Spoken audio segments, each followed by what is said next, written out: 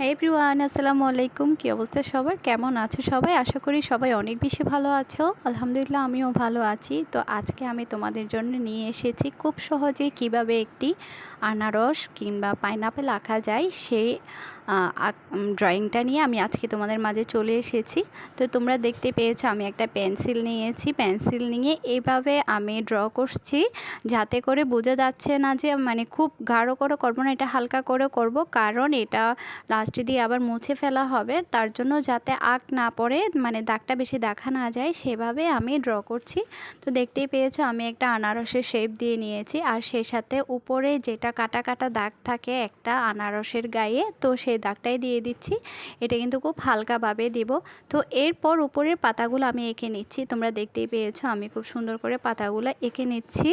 তো তোমরাও চাইলে খুব সহজে এভাবে এঁকে নিতে পারো। আমি খুব সহজভাবে দেখানোর চেষ্টা করেছি যাতে করে তোমাদের আঁকতে সুবিধা হয়। তো এখন আমার আঁকা শেষ হয়ে গিয়েছে পেন্সিল দিয়ে। এখন হচ্ছে আমি হালকা হলুদ কালার, এটা বলতে গেলে কাঁচা হলুদ কালার দিয়ে আমি পুরা পাইনাপেলটা কালার করে নিচ্ছি। তো এখানে কিন্তু আমি দুইটা কালার দিয়ে কোনো রকম আমি শেড করে নেই, যাতে তোমাদের সুবিধা হয় ড্র করতে। সেই জন্য আমি একটা কালার দিয়ে কিন্তু ড্র করে নিয়েছি, মানে কালার করে নিয়েছি আর কি। তোমরা দেখতে পাচ্ছ কাঁচা হলুদ কালারটা দিয়ে কিন্তু আনারসের গায়ের আবরণটা করলে দেখতে অনেক সুন্দর লাগে এবং অনেকটা রিয়েলিস্টিক মনে হয়। তো এখন হচ্ছে আমি আনারসের গায়ের উপর যেটা কাটা কাটা দাগ দিয়েছি তার উপর আমি গাঢ় কমলা কালার দিয়ে একটু এঁকে নেব, এতে করে দেখতে আরও বেশি সুন্দর লাগবে। তো তোমরা দেখতেই পাচ্ছ আমি কিন্তু দাগ টেনে নিচ্ছি, জাস্ট একটু মোটা আকার করে, একটু এটা মানে মোটা করে দিব, যাতে করে এটা পরবর্তীতে আরও বোঝা যায় এটা যে আনারসের গায়ে আমি দাগ কেটে দিয়েছি। আর এটা দিলে বেশ ভালো লাগে দেখতে। তো এখন হচ্ছে আমি আনারসের পাতাগুলো ড্র করে নিচ্ছি। আমি তার জন্য নিয়েছি একদম গাঢ় সবুজ কালারটা।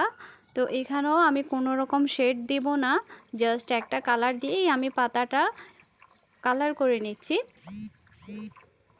তো আমার উপরে নিচে সবুজ কালার দিয়ে রং করা শেষ হয়ে গিয়েছে পাতাগুলা। তো এখন পাশে দিয়ে দিচ্ছি যেটা আমি আড়ি করে দাগ কেটে নিয়েছি, তার মধ্যে আমি ডিও ডিও করে একটু পেন্সিল দিয়ে নিচ্ছি, আর পেন্সিল দিয়ে কালার করে নিচ্ছি আর কি, এঁকে দিচ্ছি। আর আমার পেন্সিলটা হচ্ছে 6B সরি 6B পেন্সিল। আর 6B পেন্সিলের দাগটা একটু মোটা করা হয়, আর এই মোটা করে দিলে না কালারটা একটু বেশি সুন্দর হয় আর অনেকটা রিয়েলিস্টিক মনে হয়।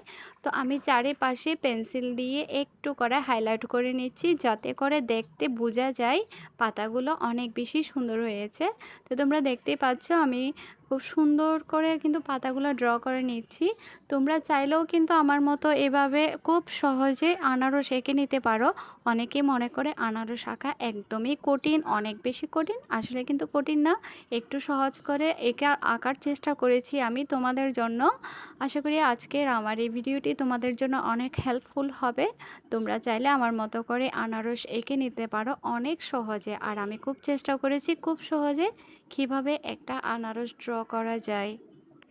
তো আমরা তো সবাই কম বেশি পাইনাপেল দেখেছি। তো পাইনাপেলের গায়ে একটু কাটা কাটা দাগ থাকে, যেটা কিনা দেখতে অনেকটা তীরের মতো।